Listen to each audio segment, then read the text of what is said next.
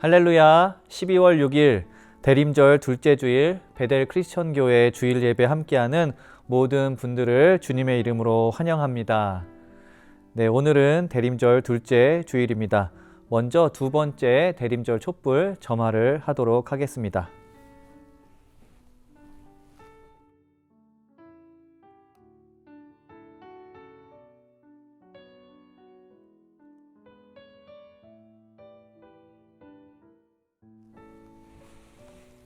잠시 기도하겠습니다. 하나님은 영이시니 예배하는 자가 영과 진리로 예배할지니라. 하나님, 대림절 두 번째 촛불을 밝혔습니다. 이 초에서 나오는 빛처럼 그리스도의 축복이 우리에게 내리시어 우리 길을 밝히시고 당신의 진리로 우리를 인도하여 주소서. 우리가 간절히 기다리오니 평화를 기다리는 이 세상 모든 이들에게 예수님의 평화를 내려주소서. 예수 그리스도의 이름으로 기도합니다. 아멘.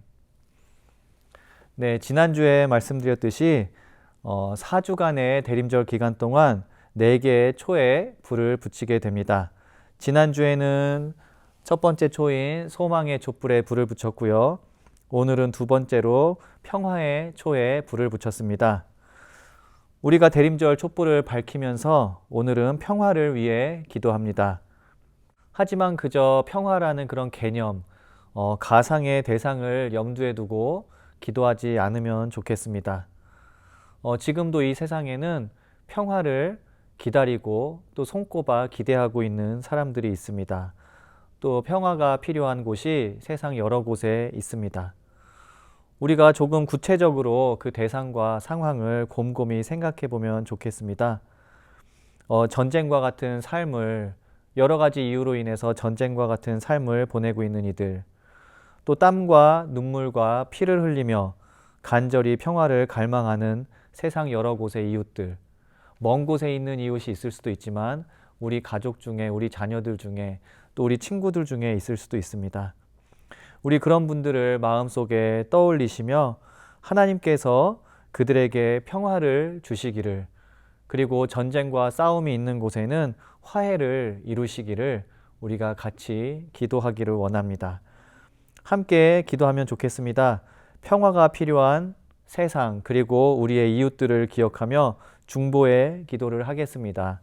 그리고 지난 한 주간 우리의 삶을 돌아보며 하나님 뜻대로 살지 못했던 것들 우리가 고백하고 또 회개하는 회개의 기도를 드리도록 하겠습니다. 우리 잠시 함께 기도하겠습니다.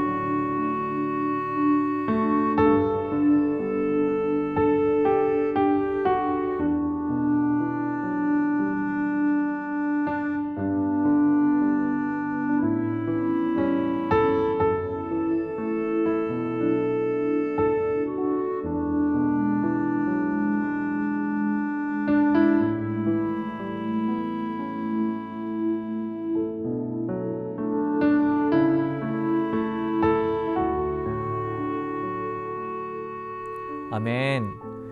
오늘 함께 나눌 찬양은 성도님들께서 잘 아시는 마음이 상한 자를 이라는 찬양입니다. 하나님의 임재를 소망하는 그 간절한 마음을 잘 표현한 찬양이라고 생각합니다. 우리 함께 가사를 묵상하시며 마음으로 또 소리로 진심으로 함께 찬양하기 원합니다. 함께 찬양하시겠습니다.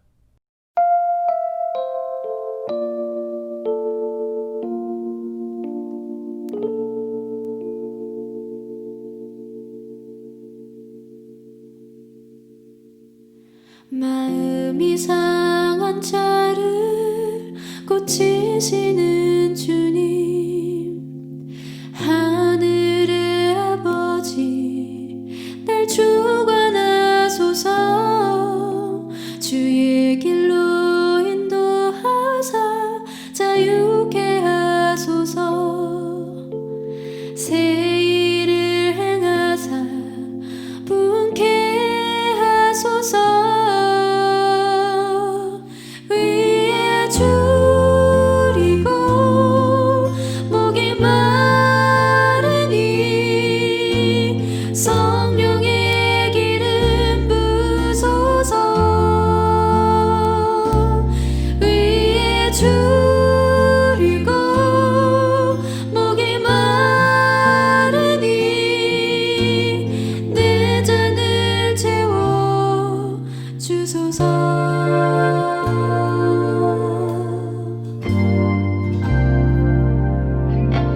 성령으로 채우사 주보게 하소서.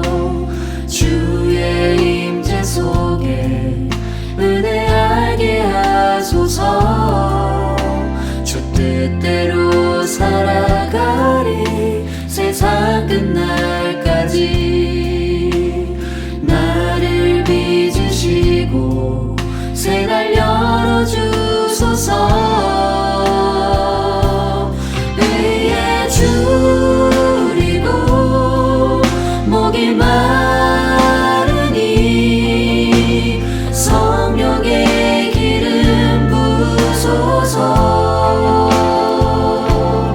의에 줄이고 목이 마르니 내 잔을 채워 주소서.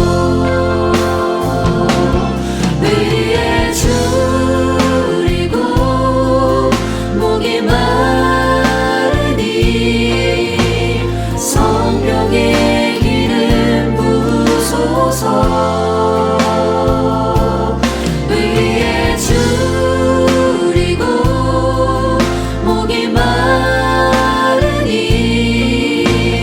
내 잔을 채워 주소서.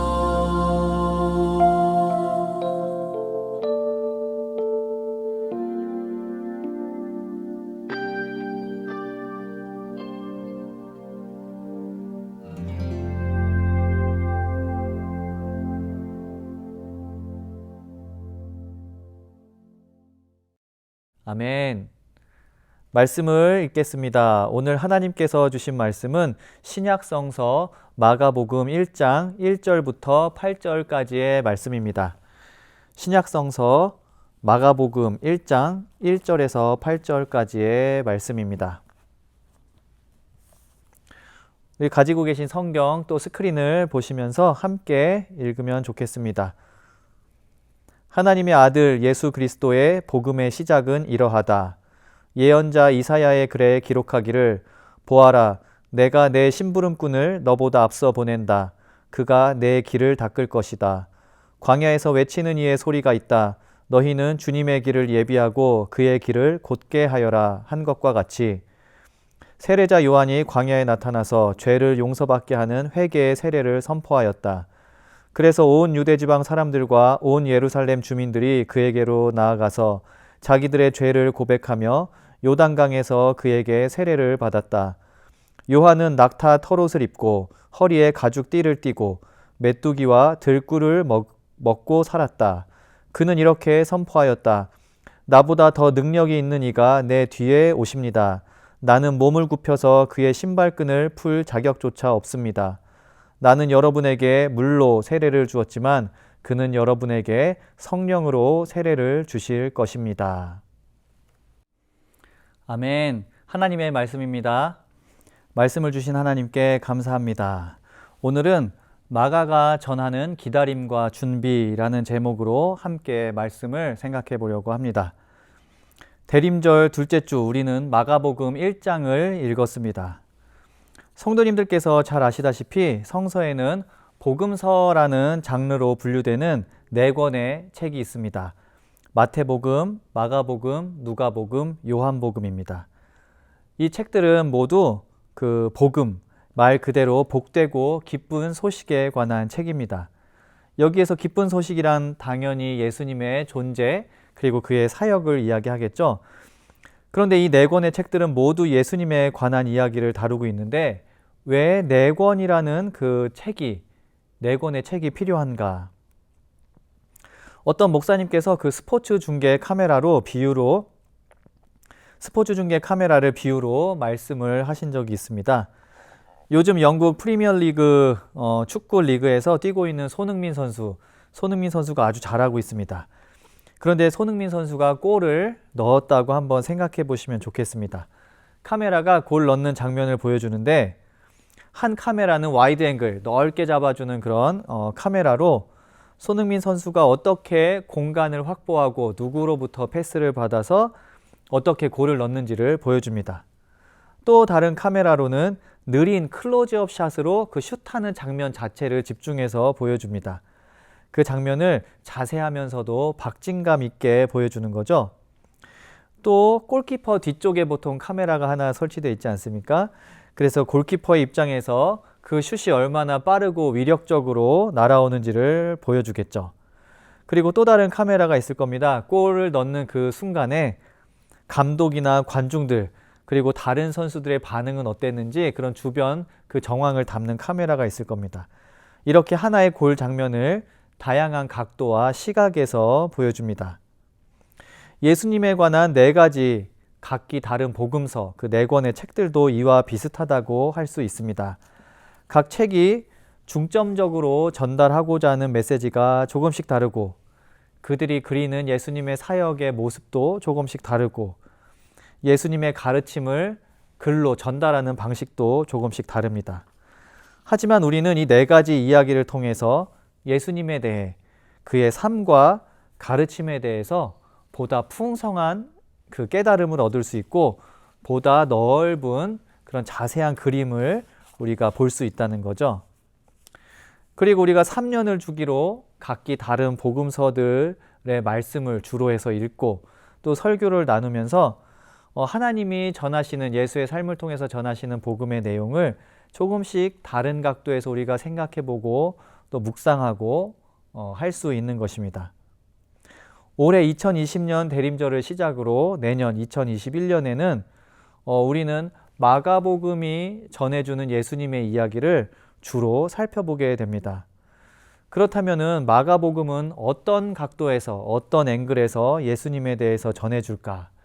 우리가 오늘 마가복음 1장 1절 그 처음 시작을 읽었으니까 그에 대해서 한번 생각해 보면서 말씀을 살펴보면 더 좋을 것 같습니다. 여러 학자들이 복음서를 예수님이라는 인물에 대한 전기, 즉 위인전과 비슷한 장르로 볼 수 있다고 이야기합니다.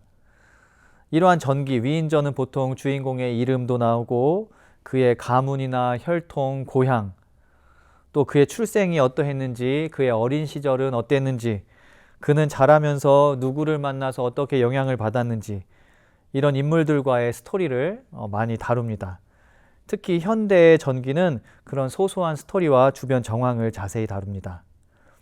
복음서에 대해서 이야기를 하자면은 마태복음, 누가복음, 그리고 요한복음은 각기 그 내용은 조금씩 다르지만 예수님의 어린 시절에 대해서 또는 예수님이 어떤 분인지에 대해서 조금은 자세하게 또 어떻게는 철학적으로 설명을 하고요.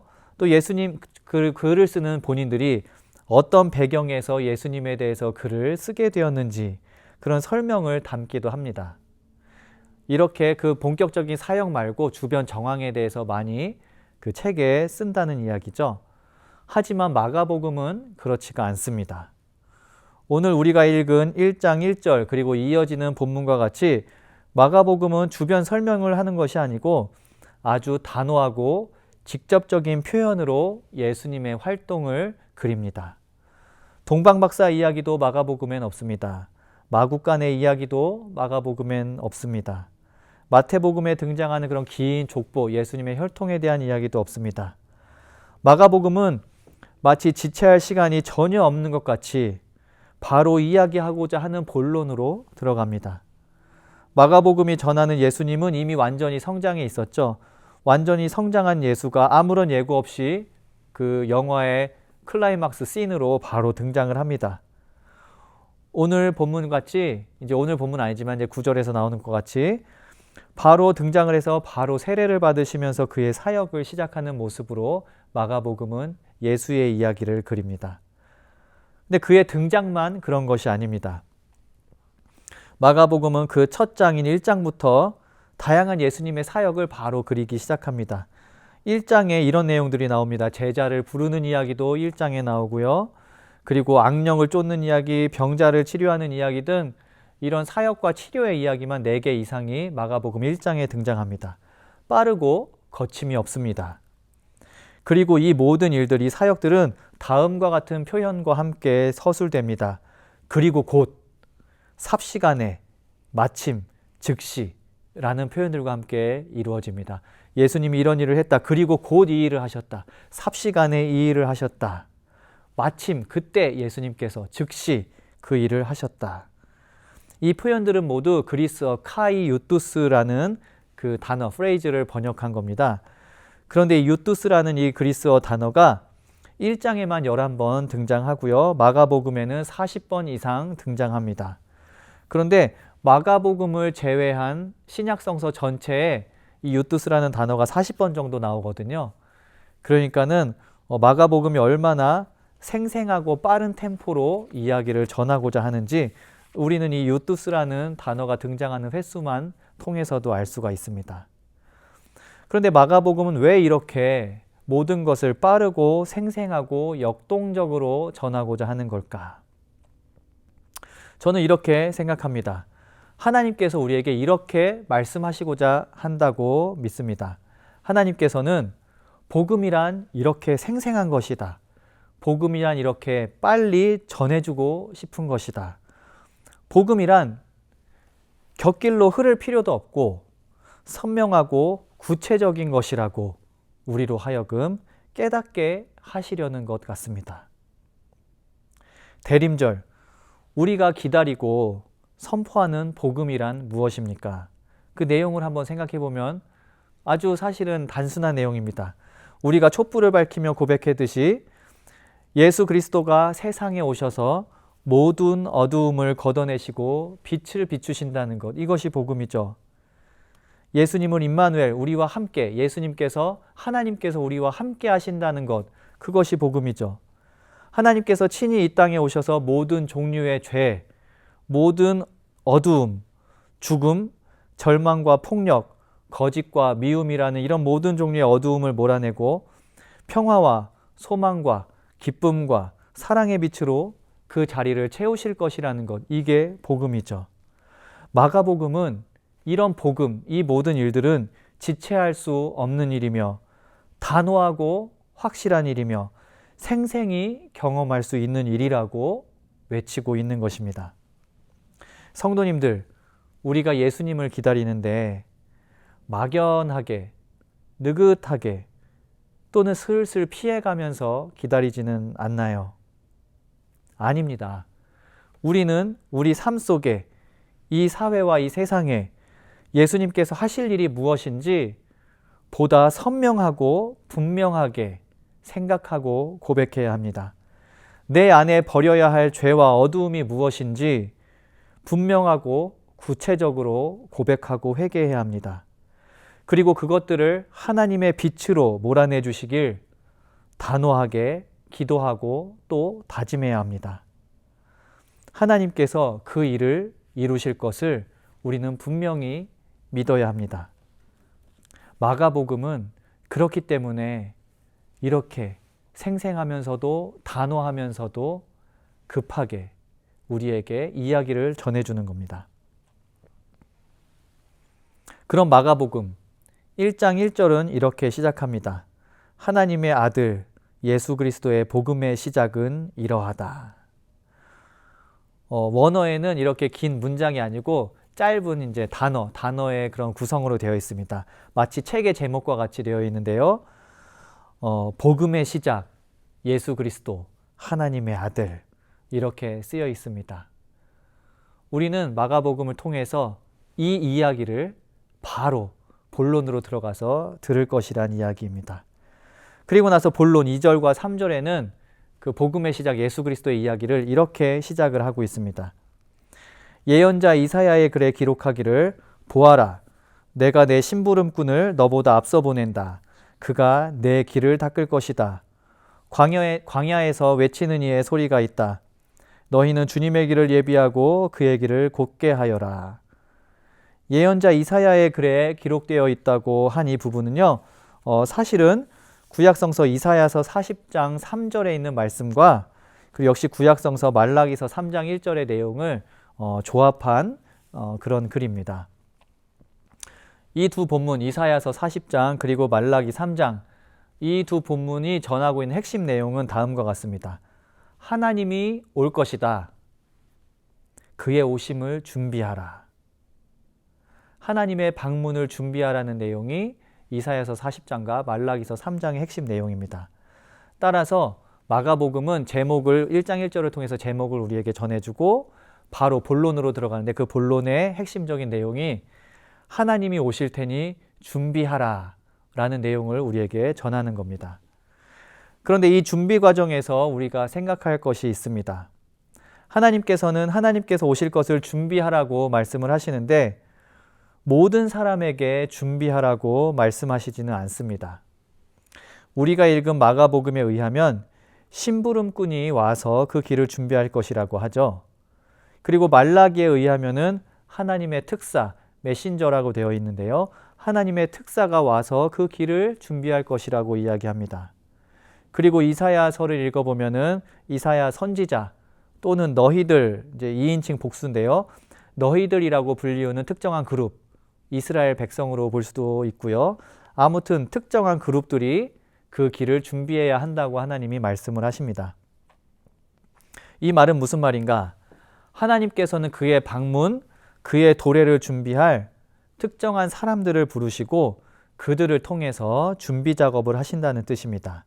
이 사람들은 영어로는 메신저, servant 또는 preacher라고 번역을 하고요. 한국어로는 특사, 심부름꾼 또는 설교자들이라고 번역을 합니다. 그 성도님들 중에 기억하실 분들도 계실 텐데요.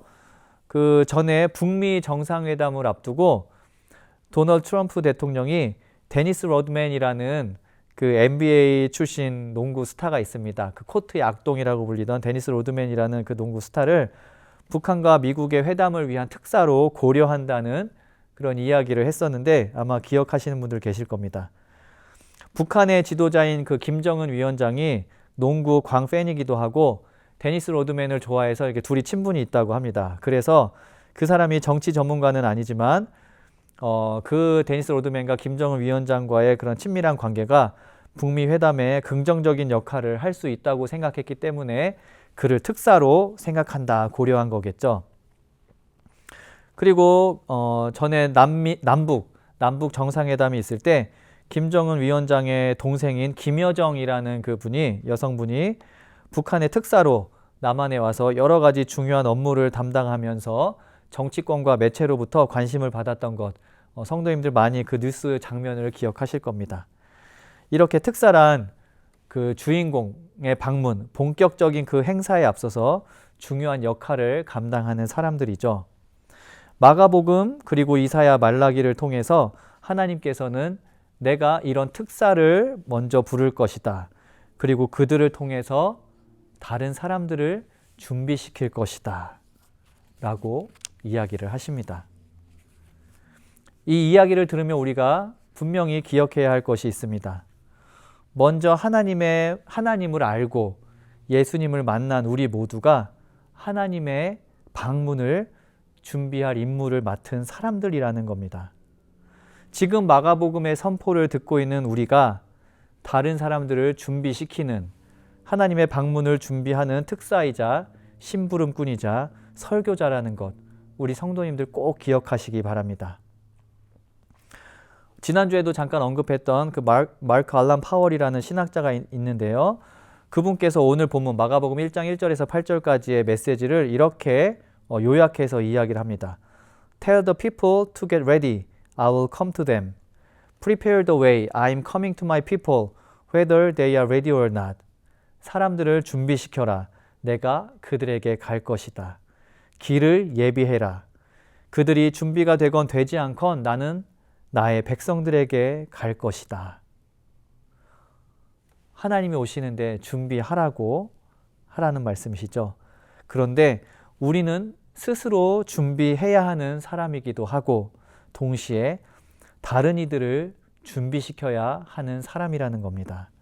성도님들, 지금 스크린 앞에 앉아 계신 한 분 한 분이 이렇게 중요한 사람들입니다. 조금 전에 말씀드렸듯 어두움이 만연한 이 세상에 익숙해지고 길들여져서 하나님이 원하시는 바를 깨닫지 못하고 오직 스스로의 안녕이나 풍요를 위해 그것만을 위해서 사는 사람들이 있습니다. 평화와 사랑이 아니라 경쟁과 미움에 사로잡혀 있는 사람들이 있습니다. 환대와 너그러움이 아니라 경계, 그리고 편가르기, 혐오와 무례함이 삶을 지배하는 사람들이 있습니다. 그리고 어두움 가운데 길을 잃고 참 인생의 의미가 무엇인지 생각해 보지도 못하고 그저 바쁘게 살아가는 사람들도 있습니다. 이런 이들이 우리 곁에 있다면 우리는 그들이 버려야 할 죄와 그들이 벗어나야 할 어두움이 무엇인지 분명하고 구체적으로 고백할 수 있도록 전하고 준비시켜야 한다는 이야기입니다. 어두움의 힘을 하나님의 빛으로 몰아내기를, 그들이 몰아낼 수 있기를 단호하게 선포하며 기도해야 한다는 것입니다. 우리는 그 일을 감당해야 하는 사람들입니다. 오늘 본문에서는 예수님이 오실 길을 준비하기 위한 특사로 세례 요한이 등장합니다. 그의 타이틀과 같이 그는 세례를 베풀었는데 회개의 세례를 베풀고 선포했죠. 그런데 그가 어디에서 회개의 세례를 주었습니까? 네, 말씀과 같이 요단강에서 했습니다. 요단강은 이스라엘 민족에게 그 바운더리 마커로 생각되던 곳입니다. 옛날 모세 시대에 이집트에서 탈출한 사람들이 40년간 광야에서 연단을 받죠. 그리고 약속의 땅 가나안에 들어갈 바로 그 시점, 그들은 요단강을 건넜습니다. 요단강에 발을 담그고 몸을 담근다는 것은 광야에서의 세월이 끝나고 약속의 땅에 들어간다는 것을 의미했습니다. 방랑의 세월이 끝나고 그들이 있어야 할 곳에 정착할 시간, 새 시대가 도래한다는 것을 의미했습니다. 세례 요한은 사람들에게 이런 의미가 있는 장소인 요단강에서 회개, 즉 과거의 삶을 버리고 돌이키고 새로운 시대를 준비해라 라는 그 회개의 메시지를 선포했던 것입니다. 그렇게 예수님의 오심을 준비하라고 선포하며 세례 요한 스스로 예수님의 오심을 준비했던 거죠. 대림절 두 번째 주가 되었습니다. 우리는 모두 하나님께서 나의 삶에 그리고 이 땅에 오셔서 우리 삶에 친히 개입하실 것을 믿는 사람들입니다. 성도님들, 막연히 기다리지 마시고 먼 후일의 일처럼 기다리지 마시기 바랍니다. 내 삶에 있는 어두운 부분들, 우리 사회의 어두운 부분을 인지하고 잘못이 있다면 잘못을 고백하고 그 길에서 돌이켜 그 어두움을 당장 즉시 하나하나 몰아내야 합니다. 이것이 회개이고 그 회개를 통해 주님의 오심을 준비하시기 바랍니다. 마가는 애둘러 가지 말고 급하고 단호하게 시작하라고 이야기합니다. 우리 성도님들 그렇게 주님의 오심을 준비하기 바랍니다. 그리고 더 나아가 우리 모두가 하나님의 특사라는 사실이 잊지 않기를 바랍니다. 하나님의 오심과 회개의 필요성을 우리 주변의 사람들에게 전하고 선포하는 성도님들이 되시기를 바랍니다. 제가 약간 무겁게 말씀을 드린 것 같아요. 하지만 이 모든 소식, 제가 말씀드렸던 이 모든 소식을 우리는 복음이라고 부릅니다. 복음, 복된 소식이고 기쁨의 소식입니다. 우리가 잘 준비하는 삶을 통해서 또 잘 준비시키는 그런 삶을 통해서 참 행복을 누리고 참 행복, 복음을 전하는 삶을 사시는 그런 성도님들 한 분 한 분이 되시기를 간절히 기도합니다. 함께 기도하시겠습니다. 하나님, 우리가 결연하고 단호하게 주님의 오심을 준비하게 하시고 전하게 하시고 그를 통해 참된 복음이 전해주는 기쁨을 맛보게 인도하소서. 하나님이 원하시는 메시지만이 우리 삶에 남아 자리 잡을 수 있도록 도와주시옵소서. 예수님의 이름으로 기도합니다. 아멘.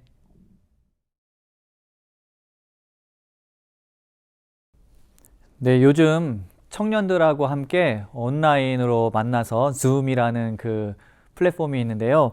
온라인으로 만나서 C.S. 루이스가 쓴 스크루테이프의 편지라는 그 책을 함께 읽고 그 토론하는 시간을 가지고 있습니다. 그 책에는 마귀가 등장을 합니다. 주인공으로 마귀가 등장을 하는데요. 그 마귀가 여러 신앙인들의 모습을 보면서 비웃는 그런 내용들이 나와요. 마귀가 비웃는 신앙인들의 모습이 여러 가지가 있는데 지난주에 읽었던 에피소드 중에 이런 내용이 나옵니다. 마귀가 이런 신앙인들을 볼 때 크게 비웃는다는 겁니다. 신앙인들이 기도할 때 막연한 가상의 인물을 만들어 놓고 그를 위해선 열심히 기도하는데 그 가상의 대상에 대해서 기도할 때 느끼는 감정이나 생각이 그 태도가 실제 사람을 대할 때는 이어지지 못한다는 겁니다. 그래서 가상의 대상과 실제 사람들을 대하는 감정과 태도에 깊은 틈이 있다는 겁니다. 예를 들어서 사랑에 대해서 기도한다고 할 때 우리가 부인을, 와이프를 사랑하게 또는 자녀를 사랑하게, 부모님을 사랑하게 또는 이웃을 사랑하게 해달라고 기도를 할 때 우리가 사랑을 생각하면서 뭔가 가상의 대상을 생각하면서는 열심히 사랑하지만 우리가 기도를 마친 후 현실의 인물인 나의 부인 또는 나의 부모님, 나의 자녀를 볼 때는 그 사랑의 감정을 금방 잊고 금방 짜증을 내거나 화를 내는 모습을 보인다는 거죠. 이런 모습을 볼 때, 이런 가상과 현실의 괴리를 볼 때 마귀가 신앙인들을 비웃는다는 이야기입니다. 저는 시사하는 바가 아주 큰 그런 이야기라고 생각합니다. 어떻게 생각하면 신앙의 여러 영역에서 우리는 가상과 현실 사이의 그런 깊은 틈, 괴리를 경험하고 있지 않나 생각해 봅니다. 그런 의미에서 어쩌면 성찬이란 우리가 알고 또 고백하는 예수님의 가르침과 삶이 그냥 가상 공간 속에 있는 그런 가르침이나 삶이 아니라 우리 삶 속에서 나의 실제적인 태도를 통해서 현실이 되기를 기도하고 다짐한다는 의미가 아닐까. 예수님의 살과 피를 내가 먹는다는 것이 나의 신앙이 가상의 현실이 아니라 실제 현실이 된다는 의미가 아닐까. 그런 생각을 해보았습니다. 우리 성도님들 모두 오늘 주님의 살과 피를 나눌 때 우리의 신앙이 가상 공간 속에서만 존재하는 신앙이 아니라 실제 삶 속에서도 우리가 생각하는 것과 똑같이 이루어지고 존재하는 그런 신앙이 되시기를, 또 기도하는 마음으로 그렇게 성찬에 임하시기를 원합니다. 함께 기도하겠습니다. 구원과 평화의 하나님, 예수 그리스도의 십자가와 부활을 통하여 영원한 삶의 은총을 베풀어 주시고 거룩한 성찬을 통해 우리의 영을 생명의 양식으로 채워주시니 감사드립니다. 주님의 살과 피를 나눌 때 우리 가운데 함께 하시며 우리의 심령을 정결케 하여 주시옵소서. 우리도 주님 안에서 한 몸을 이루어 가난한 자에게는 복음을, 눈먼 자에게는 보게 함을, 눌린 자에게는 자유함을 전하는 제자로 살아가기 원합니다. 주의 백성과 함께하여 주시옵소서.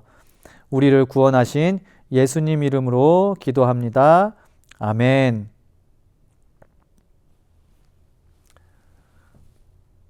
예수님께서 잡히시던 날 제자들과 함께 식사를 하셨습니다. 빵을 떼시며 말씀하셨습니다. 이 빵은 너희를 위해 십자가에 달려 죽는 나의 몸이다. 식사 후에 잔을 들어 축사하셨습니다. 이 잔은 너희와 나 사이에 내 피로 세운 새로운 언약이다, 약속이다 하셨습니다. 이 빵을 먹고 잔을 들 때마다 나의 삶과 나의 죽음과 십자가에서의 죽음과 부활을 기억하고 기념하라고 하셨습니다. 그리고 우리가 오늘도 주님의 오심을 소망하는 대림절을 지내고 있습니다. 예수님께서 그때 아무런 조건 없이 제자들을 성찬의 만찬의 자리로 부르시고 저 또한 아무런 조건 없이 이 만찬의 자리로 초대하셨던 것과 같이 저 또한 우리 성도님들 아무런 조건 없이 주님의 만찬의 자리로 초대합니다. 지금 각자 준비하신 빵과 잔을 함께 나누도록 하겠습니다.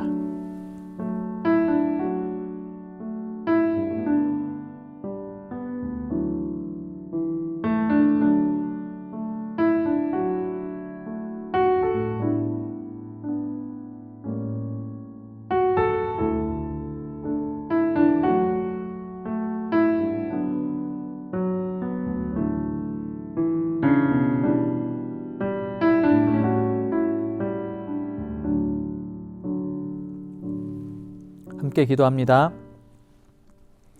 하나님, 대림절을 지냅니다. 또 만찬을 나누었습니다.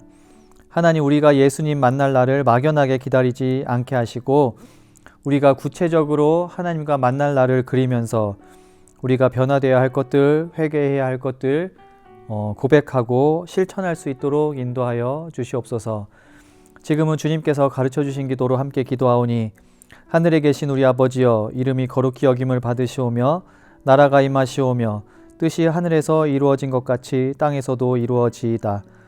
오늘 우리에게 일용할 양식을 주시옵고 우리가 우리에게 죄 지은 자를 사하여 준 것 같이 우리의 죄를 사하여 주시옵고 우리를 시험에 들게 하지 마시옵고 다만 악에서 구하시옵소서.